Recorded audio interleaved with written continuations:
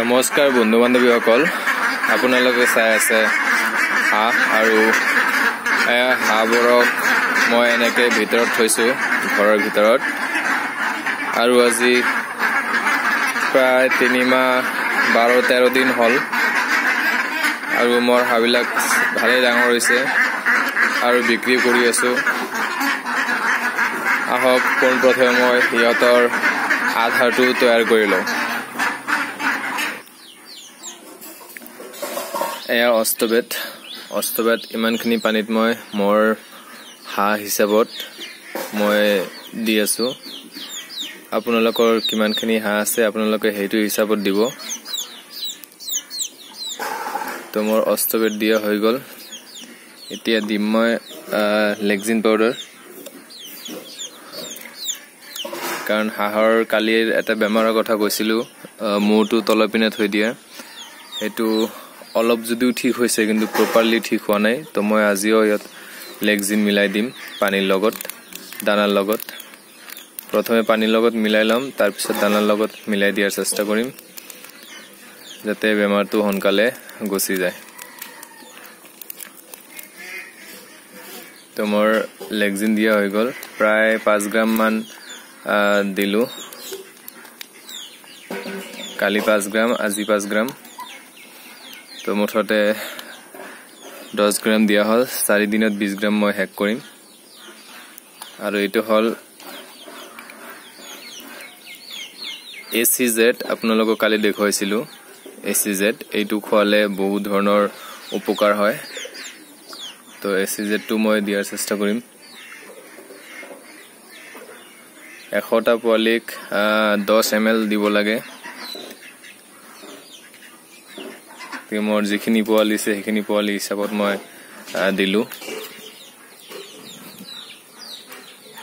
তো ইয়াক অষ্টবেদ, ACZ আৰু এণ্টিবায়'টিক দুটা একেলগে ধুনীয়াকৈ মিহলাই তাৰপিছত মই ধানৰ মল দিম। দিয়াৰ পিছত ধুনীয়াকৈ মিহলাই মই হাঁহবিলাকক খাবলৈ দিম। আৰু ইয়াত দানা কোনো ধৰণৰ মিক্স নাই, অকল ধানৰ মল। প্ৰপাৰলি ধানৰ মল দি থাকিলে আৰু যদি সময়ে সময়ে আপুনি ঔষধ পানী দিয়ে তেতিয়াহ'লে হাঁহৰ কোনো ধৰণৰ প্ৰব্লেম নহয়। তো ইতিমধ্যে মোৰ ঔষধ মিহলা হৈ গ'ল। এতিয়া মই ধানৰ মল দিয়াৰ চেষ্টা কৰিম। এয়া ধানৰ মল। আপোনালোকৰ পোৱালি যিখিনি আছে এইখিনি আপোনালোকে হিচাপত আপোনালোকে দিব, যাতে পোৱালিবিলাকৰ ভোকটো দূৰ হৈ যায়। অলপখিনি খাই যাতে পোৱালিবিলাক আকৌ আধা পেট ভৰি থাকে, আধা পেট নভৰা হৈ যাতে নাথাকে, আপোনালোকে সেইটোৰ পিনে অলপ খেয়াল ৰাখিব। পাৰিলে অলপ বেছিকৈ দানাটো তৈয়াৰ কৰিব। আৰু ঔষধ আপোনালোকে দেখা পালে মই কালিৰ দৰে চেম ঔষধ দিছোঁ। এনেকৈ ৰেগুলাৰ মই 3 দিন ইউজ কৰিম, বেমাৰটো দূৰ হৈ যাব। আৰু কোনো ধৰণৰ বেমাৰো যদি আছে চবকেইটা বেমাৰ দূৰ হৈ যাব, কাৰণ লেগজিন পাউডাৰ দিয়া হৈছে, ACZ দিয়া হৈছে, অষ্টবেড দিয়া হৈছে। অষ্টবেড কেলছিয়ামৰ কাৰণে দিয়া হৈছে,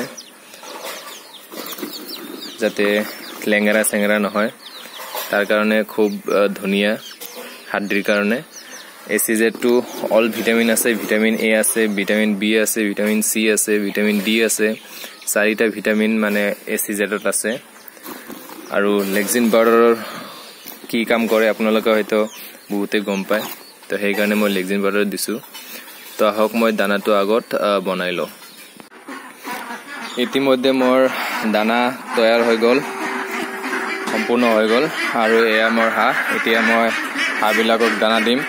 আপোনালোকক আজিও মই এটা কথা কৈ দিওঁ, আপোনালোকে অকল ভিডিঅ' চাই কিন্তু চেনেলটো ছাবস্ক্ৰাইব নকৰে। মোৰ চেনেলটো ছাবস্ক্ৰাইব কৰি থৈ দিয়ক। আৰু এনেকুৱা ধৰণৰ বিভিন্ন ভিডিঅ' পোৱাৰ কাৰণে আপোনালোকৰ যেনেকুৱা প্ৰব্লেম আছে মোক কমেণ্টছ কৰি জনাওক। আপোনালোকৰ কমেণ্টছৰ ভিত্তিত মই ভিডিঅ' বনাবলৈ চেষ্টা কৰিম। যিকোনো ধৰণৰ যদি আপোনালোকে হাঁহ পালন কৰাৰ অসুবিধা হৈছে মোক কমেণ্টছ কৰক, সেইটো হিচাপত মই আপোনালোকক ভিডিঅ' বনাই দিম। তো আপোনালোকে সকলোৱে মোৰ চেনেলটো ছাবস্ক্ৰাইব কৰক। তো আহক মই এতিয়া হাঁহবিলাকক দানা দিওঁ।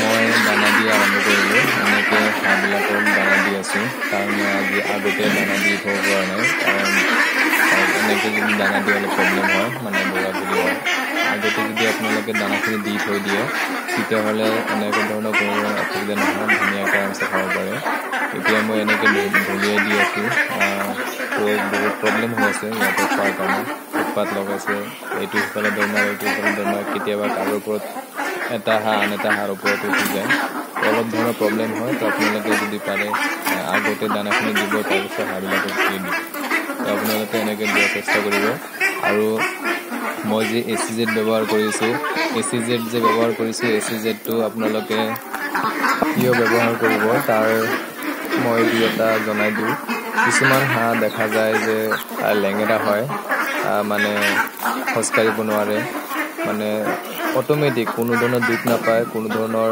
চোট নাপায় অটোমেটিক হাঁহবিলাক লেঙেৰা হৈ যায় তো যদি আপোনাৰ হাঁহ লেঙেৰা হৈছে তো লেঙেৰাৰ কাৰণে খুব ধুনীয়া এটা ACZ কাম কৰে আৰু এই ACZত কি ভিটামিন থাকে মই আপোনালোকক হয়তো কৈছোঁ ভিটামিন A থাকে ভিটামিন B থাকে ভিটামিন C থাকে ভিটামিন D3 থাকে ভিটামিন B12 থাকে তো এনেকুৱা ধৰণৰ বহুত কেইটা ভিটামিন ACZত আছে তো এইটো দিলে আপোনালোকৰ বহুত ধৰণৰ কাম হয় তো আৰু লেগজিন পাউডাৰটো ব্যৱহাৰ কিহৰ কাৰণে কৰে লেগজিন পাউডাৰ যদি কোনো ধৰণৰ অসুবিধা হৈছে কিবা হাঁহবিলাকে মানে খোজকাঢ়া নাই যদি বহি থকা অৱস্থা দেখা পাইছে দানা খাব বিচৰা নাই তেতিয়াহ'লে আপোনালোকে লেগজিন পাউডাৰটো ব্যৱহাৰ কৰিব লাগে আৰু লেগজিন পাউডাৰটো এণ্টিবায়'টিক হিচাপে চবেই জানে আৰু অষ্টবেটৰ কেনেকুৱা ব্যৱহাৰ কৰিব লাগে আপোনালোকক মই দেখুৱাই দিছোঁ আৰু অষ্টবেটটো ব্যৱহাৰ কৰাৰ কাৰণটো হ'ল এই হাঁহ যে লেঙেৰা হয়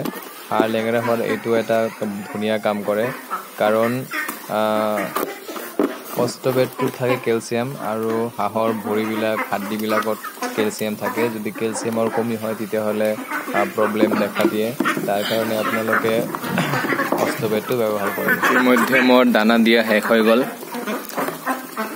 মই সদায় এনেকৈ বস্তাতে দানা দি থাকোঁ যাতে চবকেইটা হাঁহে ধুনীয়াকৈ দানা খাব পাৰে কাৰো যাতে পেট খালী নাথাকে চবে যাতে প্ৰপাৰ খাব পাৰে সেইকেইটাৰ খোৱা হৈ গ'ল তো খাই গুচি গ'ল আৰু যিকেইটা খোৱা হোৱা নাই সিহঁতে ধুনীয়াকৈ খাই আছে পেট ভৰালৈকে ইয়াতে খাই থাকিব তাৰপিছত লাহে লাহে চাইড হৈ যাব তো এতিয়া মই দানা দিয়া শেষ কৰিলোঁ এতিয়া মই দিম ইহঁতক পানী তো প্ৰপাৰলি যেতিয়া দানাটো খাই শেষ কৰিব তেতিয়া মই পানী দিম আৰু তাৰপিছত ধুনীয়াকৈ পানী খাই থাকিব তাৰপিছত আকৌ দিনৰ 12টা-1টামান বজাত আকৌ মই দানা দিয়াৰ চেষ্টা কৰিম তাৰপিছত আকৌ মই সন্ধিয়া 4টা বা 5টা এনেকুৱা মানত মই দানা দিওঁ কাৰণ দিনটো দীঘলীয়া হয় 5টা-5:30মান বজাত দিলেও হৈ যায় গতিকে মই দিনত 3বাৰ হাঁহৰ পোৱালিবিলাক খাব দিওঁ আপোনালোকে হাঁহৰ পোৱালিক দিনত কেইবাৰ খাব দিয়ে মোক কমেণ্টছ কৰি জনাব ধন্যবাদ আজিৰ ভিডিঅ'টো চোৱাৰ কাৰণে আপোনালোকক সকলোক